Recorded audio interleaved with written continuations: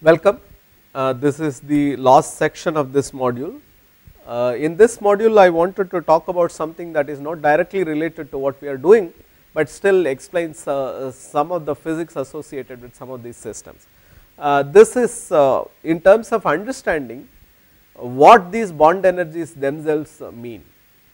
Okay. For example, suppose I have a phase diagram which is like this.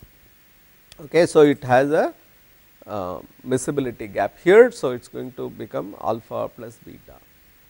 Typically, in systems which have a phase diagram like this, we have said that AA BB bonds are preferred over AB bonds, which means when the transition happens, this becomes a homogeneous solid solution, and then that solid is going to become a liquid at a higher temperature.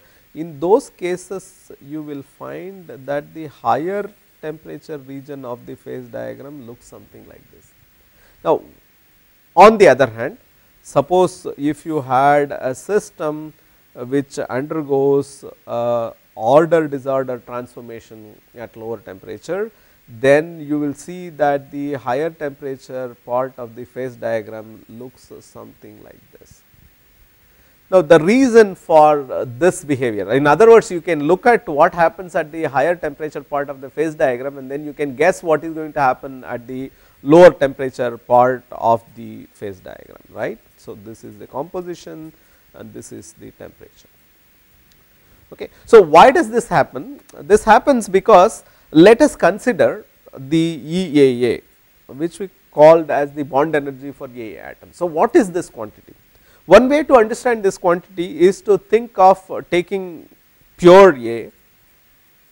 Okay. So, it will have its own crystal structure.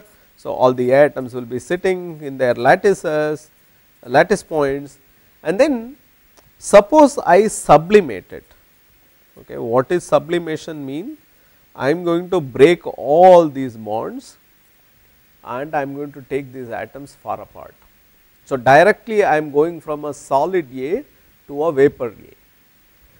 If suppose I know the amount of energy I have to give to break all these bonds and make it into a vapor, that means I can estimate the energy associated with these bonds. If the bonds are very strong, then I have to put in more energy. If the bonds are very weak, I have to put in less energy. Okay. So, EAA, the bond energy, basically tells us something about the energy that you have to supply if you want to destroy the structure that it has, the crystal structure that it has. Okay. So, the melting temperature for a material, if it is very high, then typically the sublimation temperatures will also be higher, which means that the bond energy will be, bonds will be stronger, and so EAA will be larger.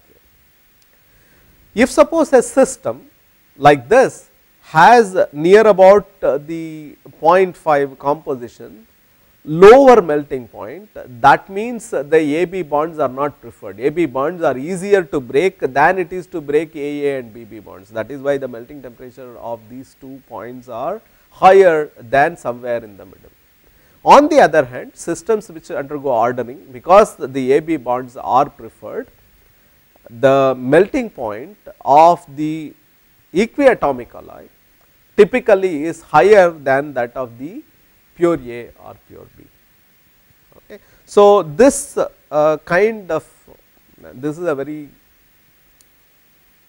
approximate or very crude kind of model that one keeps in mind to understand how the system is behaving by looking at what is happening at the atomistic scale. Okay. But even with this kind of crudeness or approximateness, it still is a good model to have, because it explains lots of things that happen in phase diagrams. Okay. So, one of the things that you can do as an exercise is to go take a look at some binary alloy phase diagrams book, and look at phase diagrams in many different systems, and see that whenever there is a dip in the melting temperature somewhere in the middle, you will always see that at lower temperature there is phase separation, and whenever there is a higher temperature of melting for equiatomic composition as compared to the end compositions, you will always see some ordering that is taking place in system. So, even with this kind of crude model, we are able to see some of the features that one notices in binary alloy phase diagram. So, this is not directly related to us, we are interested in the low temperature part of the phase diagram. So, we are interested in modeling phase separation and in modeling ordering. We are not interested in going to higher temperatures, and we will look at phase field models which are used for solidification, for example, but that is a slightly different kind of phase field model that one needs to talk about when one looks at solidification, as we will discuss later. But for now, at least for the first half of this course, we will talk only about solid phase transformations, specifically phase separation and ordering, and we will describe and discuss how the equations that describe these processes are derived and how they are solved and what kind of solutions they are going to give. So, this is not really directly related to what we are doing, but it is still a good idea to have this kind of a physical picture in mind to understand what the system is doing and how it is behaving. So, this is the last section of this module. In the next module, we will discuss about the kind of processes that take place when phase separation takes place, for example. So, what is happening at the atomistic scale?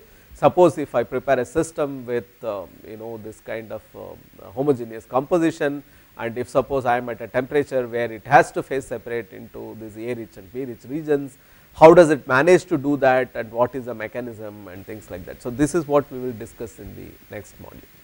Thank you.